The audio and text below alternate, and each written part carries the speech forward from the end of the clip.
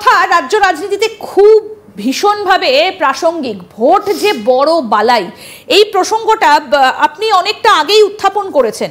শেষ পর্যন্ত এই সংখ্যালঘু ভোট, যেটা মুর্শিদাবাদে এখন সংখ্যা গুরু হয়ে গেছে, এটা তো একটা ভোট ব্যাংক একদম কোট আনকোট প্রত্যেকটা রাজনৈতিক দলের কাছে। মমতা বন্দ্যোপাধ্যায় কি সেই ভোটের কথা এখনো ভাবছেন, নাকি ভোটের ভয় কাটিয়ে হিন্দুদের পাশে গিয়ে দাঁড়াবেন?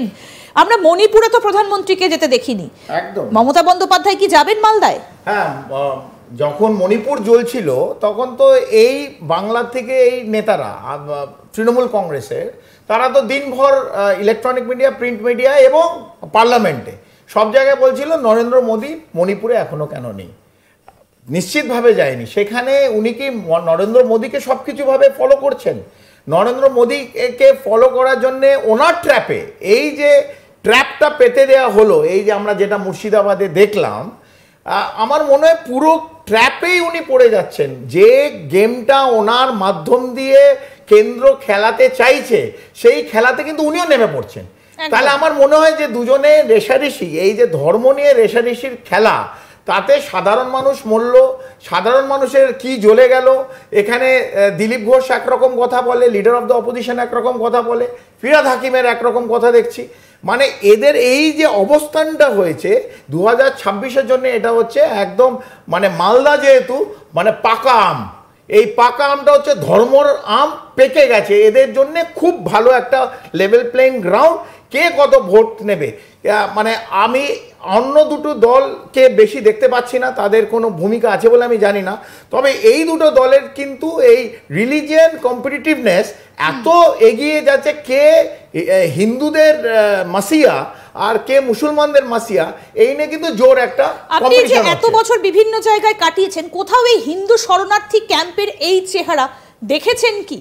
দেখুন, এটা তো আমি তো বললাম যে 28টা রাজ্য এবং 8টা ইউটিআই, ইউনিয়ন টেরিটরি, এখানে তো আমরা কোথাও এই জিনিসটা, এই ওয়াকফ দেখিনি। এবং আমি বললাম যে মানে বহু তো রাজ্য আছে যেখানে বিজেপি শাসিত না, সেই জায়গায় তো এগুলো হচ্ছে না। এটা কি কোথাও একটা কাশ্মীরের পরিস্থিতির দিকে এগোচ্ছে, যেখানে হিন্দু পণ্ডিতদের সেখান থেকে রীতিমতো ভাগিয়ে দেওয়া হয়েছিল? অনেক বড় বড় সেলিব্রিটিও তার মধ্যে রয়েছেন, যেমন ভরত কল সেই সময় চলে এসেছিলেন, ওনার বিভিন্ন সাক্ষাৎকারে বলেছেন। অনুপম খের, তিনিও কিন্তু ওই কাশ্মীরি হিন্দু, তাদেরকে ওখান থেকে চলে আসতে হয়েছিল। এখানে কি আপনি মুর্শিদাবাদে সেই গন্ধটা পাচ্ছেন? ইন্দিরা, জায়গাটা যেরমভাবে যাচ্ছে, এবং বাংলাদেশ নিয়ে আমরা বহু শো এখান থেকে করেছি, আর বাংলাদেশের পরিস্থিতি যা, সেটা দিকে যে চলে যাবে না আমরা বলতে পারি না। এবং এত মিসগভর্নেন্স, এত অ্যাডমিনিস্ট্রেশনের কম এই পশ্চিমবাংলা আপাতত দেখতে পাচ্ছি। আমার মনে হয় সেই দিকে, কারণ যেভাবে পাথর ছোড়া হলো, কাশ্মীরি কায়দা, এটাকেও আমরা কাশ্মীরে দেখেছি। এটা কাশ্মীরি টেমপ্লেট, যখন মৃত্যু হলো তারপরে কিন্তু পুলিশকে লক্ষ্য করে এইভাবেই পাথর ছোড়া হয়েছে। এই কাশ্মীরি টেমপ্লেট, এই যেটা আমরা শামশেরগঞ্জে এবং ধুলিয়ানে দেখতে পেলাম, একদম একভাবে যে একটা ক্রাউড এবং ইউথ, মানে সংখ্যালঘু আর সংখ্যাগুরু আমি আর এই করতে পারি না, একটা ইউথের হঠাৎ অনেক যুবরা চলে এলো, তাদের হাতে পাথর এবং পাথর ছোড়া শুরু করলো। এটা পেলো কোথায়? কে এতজন লোককে, একটা কোনো রিমোট তো নেই যে আমাদের টিভির সামনে বসে আছি, রিমোট দিলাম, চ্যানেল চেঞ্জ হয়ে গেল। এতগুলো লোক একসঙ্গে ওই সময় এলো কিরমভাবে, এবং কারা এটাকে নির্ধারণ করছে? পেছনে একটা মাথা আছে এবং একটা ফন্দি আছে এবং একটা প্লট আছে। সেটা কার প্লট সময় বলবে। আমরা জানলেও আমরা ক্যামেরার সামনে অতটা বলতে পারবো না, এটা আমাদের বলা উচিতও নয়, কারণ আজকে যে অবস্থা আরও বিভক্ত হয়ে যাবে। আমার আমি মুখ্যমন্ত্রীর কাছে আবেদন যে আপনার পুলিশ যেন একটু বেশি অ্যাক্টিভ হয়, মানুষের ধর্ম না দেখে তাদের পাশে দাঁড়িয়ে তাদের জন্য লড়াই করে, এবং কেউ যদি ফেস টুপি পরে তাকে যেন ছুট না দেওয়া হয়। এই যে আমি বলি একটা অলওয়েজ ন্যারেটিভ তৈরি করা হয় যে আমরা কলকাতায় দেখেছি কে হেলমেট পরলো আর কে পরলো না, আর যে পরলো না পড়েও যদি সে টু হুইলার চালায় তাকে ছেড়ে দেওয়া হয়, এবং যে অন্য সম্প্রদায়ের হয় তাকে সঙ্গে সঙ্গে ধরা হয়। একইভাবে অটোয় 5 জন বসা, 6 জন বসা, আমরা আলোচনা করেছি কাদের ধরে পুলিশ, কাদের ধরে না। এই সাম্প্রদায়িক যে গভর্নেন্স, এই গভর্নেন্স থেকে দূরে চলে। তাহলে এই যে হাওড়ার টিকিয়াপাড়া, পার্ক সার্কাস, কলকাতার একদম কাছে, দক্ষিণ 24 পরগনার বেশ কিছু জায়গা, তার সঙ্গে উত্তর 24 পরগনারও হাড়োয়া, মিনাখা মানে বসিরহাটের দিকটা, তাহলে তো এখানকার হিন্দুরাও কোনো একদিন ক্যাম্পে চলে যেতে পারে, সেই প্রশ্ন তো আজকে তারা তুলতে পারেন। একদম ইন্দিরা, একটা ছোট্ট জায়গায় শামশেরগঞ্জ ধুলিয়ান, ওটা পুরো মুর্শিদাবাদ না, এই ছোট্ট দুটো জায়গায়, জাফরাবাদ, এইটাতে পুরো পশ্চিমবাংলার কেন ভারতবর্ষ আমি বলছি নড়ে গেছে। আপনি যদি ভারতবর্ষের লোক আহত এই যেটা দেখছে প্রত্যেকে, এবং যেটা আমরা টিভির পর্দায় দেখছি, সবাই বলতে পারে প্রোপাগান্ডা কিরম করে হবে যখন আমরা দেখছি শরণার্থীরা মালদা স্কুলে বসে বাচ্চা মেয়েটা কাঁদছে, তার জ্বর হয়েছে, ওষুধ নেই, এই লোকেরা ঘুরে বেড়াচ্ছে, ভাত খাওয়ার জন্যে জল নেই, ভাত খাওয়ার জন্য কাঁদছে বাচ্চাটা, সেইটা দেখেও যদি আমরা বলি এটা প্রোপাগান্ডা, তাহলে তো আর কিছু বলার নেই, সবই তাহলে প্রোপাগান্ডা। আমরা একটা পরিসংখ্যান এই মুহূর্তে স্ক্রিনে দেখাচ্ছি যে ভবিষ্যতে পশ্চিমবঙ্গের মুসলিম সংখ্যাটা কত হতে পারে।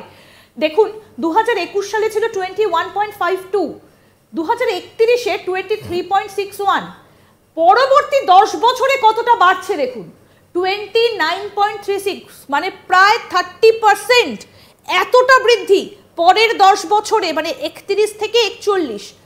তখন তাহলে সেই জায়গাতে হিন্দুরা তো সত্যি এবার সংখ্যা লঘু হয়ে যাচ্ছে, হিন্দুদের সংখ্যাটা কত থাকছে? ইন্দিরা, আমরা যে ফিগারটা দেখছি, এই ফিগারটা এটা সেন্সাস তো আমাদের 2011-র পর সেন্সাস হয়নি, এই যে ফিগারটা এটা ওই 11 সেন্সাসের ওপর এই পেপারটা আমাদের হয়েছিল।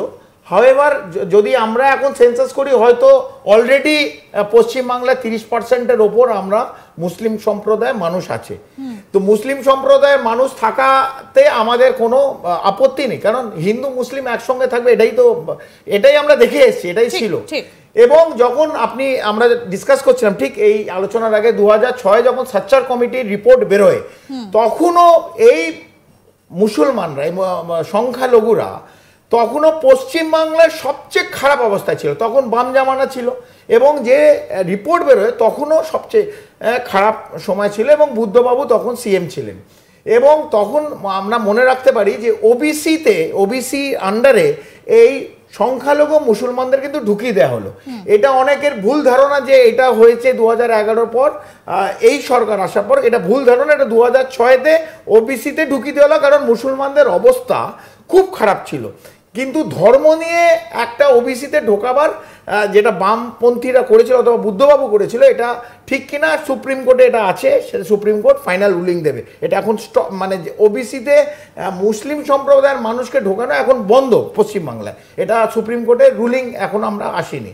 সেই জায়গা থেকে দেখতে গেলে আজকেও এই মুসলিম সম্প্রদায়ের মানুষ যদি এই ঘেটোজাইজেশন হয়, ধর আমরা যদি কলকাতার কথা বলি, যেহেতু কলকাতা যে রাজাবাজার, মল্লিক বাজার এবং খিদিরপুর, এই জায়গাগুলো শুধু এক একটা সম্প্রদায়।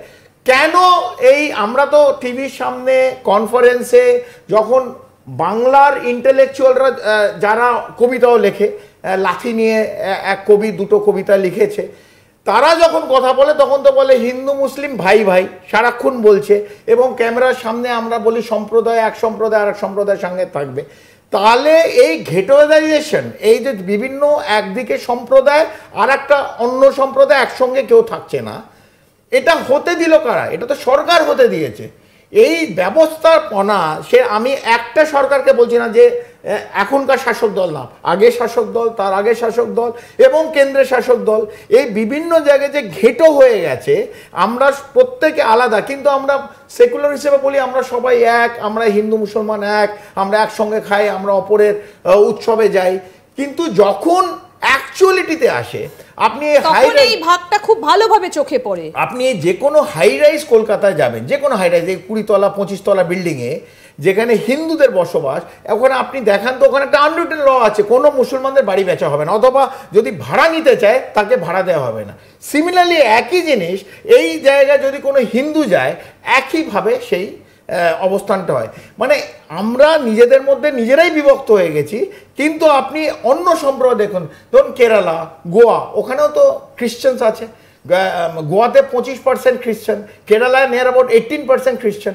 ওখানে এই জিনিসগুলো তো আমরা দেখিনি যে হিন্দু খ্রিশ্চানদের মারপিট, অথবা এই যে খালিস্তান বলে দিচ্ছে সবাইকে, এই পাঞ্জাব, এখানে যারা শিখ ধর্মের আছে, তারা তো কোনোদিন সবাই যে এই পাঞ্জাবিদেরই দেখি এই যখন খালিস্তান নিয়ে কথা বলে পাঞ্জাবি শিখরা তারা কিন্তু এর বিরুদ্ধে গর্জে ওঠে।